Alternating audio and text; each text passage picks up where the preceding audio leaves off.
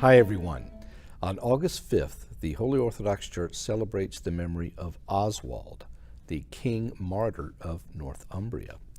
Now Oswald was born in the year 604 to a pagan father who unfortunately left this earth when Oswald was only 12 years old.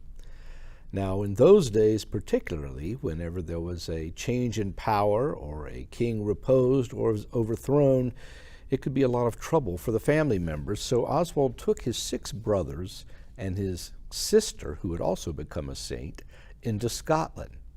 It was while he was in Scotland that he was converted, received the Christian faith, and indeed underwent baptism on the Isle of Iona.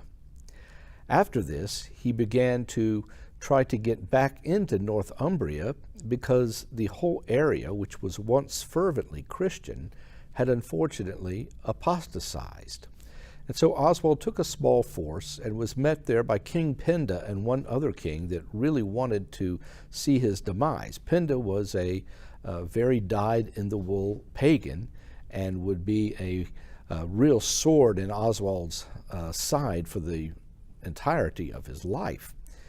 Well, Oswald was concerned about the smallness of the force that he had, and so he took himself to prayer, and that evening no one but St. Columba appeared to him.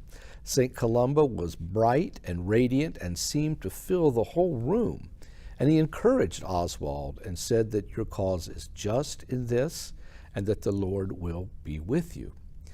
Well, Oswald, very much encouraged by this, told the troops what had happened, and they also were encouraged by this, and in fact the ones that were not Christian swore that they would be Christian as soon as the battle was over.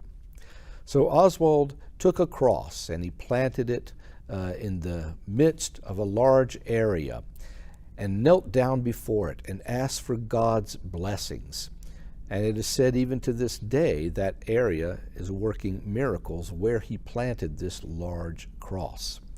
Well, he defeated Penda, and after that became a very righteous and beloved king who gave up many, many of his properties to all sorts of people in order to establish monasteries and churches and generally to help in the conversion of his people. There was a bishop who came to see him, and this bishop was Irish, and he came with bearing the name of Aidan. In fact, it was Aidan of Lindisfarne. Now, he is known that way now, but he got this title because he asked for permission to establish an episcopal rule over Lindisfarne. St. Oswald readily agreed to this and was very, very impressed with Aidan and listened often to his instruction.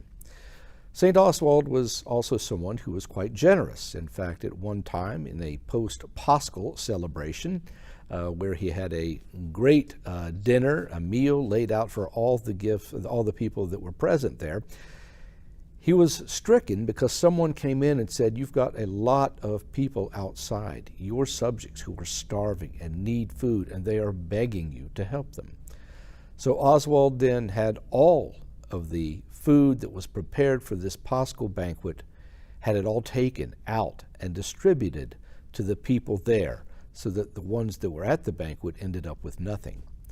St. Aidan was also there at the time, and he was so completely overwrought with emotion about the fact that Oswald did this, that he took Oswald's hand and he said, "May this hand never wither with age."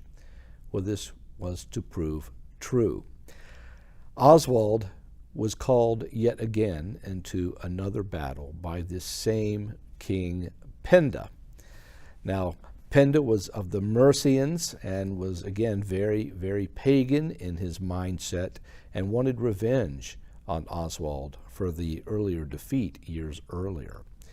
Oswald knew that he was outnumbered, and yet he was always considered brave in battle, but he would not consider fleeing or not fighting.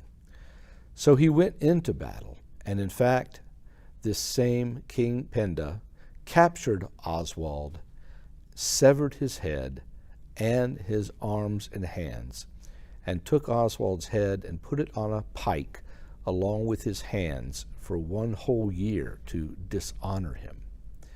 Well, fortunately, some of the Christians at the end of that time were able to gather his head and his hands and kept these relics as great prizes of sanctity.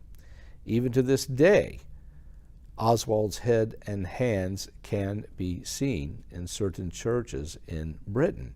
And in fact, for a long, long time, Oswald's hand was a prized possession where everyone wanted to either venerate it or some kings wanted to steal it and keep it for themselves. It was kept in a long iron cast, and it worked miracles and healings for all who approached it.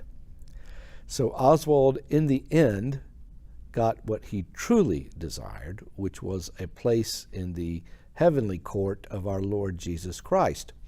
And yet he's another example of a ruler who was devoted to Jesus Christ, did the best he could for all of his people, and tried to expand the faith as best he could, always understanding that this was his most important effort in this life.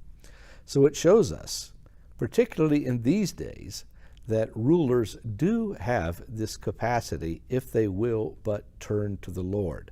Wonderful things can then happen. And by his prayers, may we too turn to the Lord so that wonderful things may be happening to us also.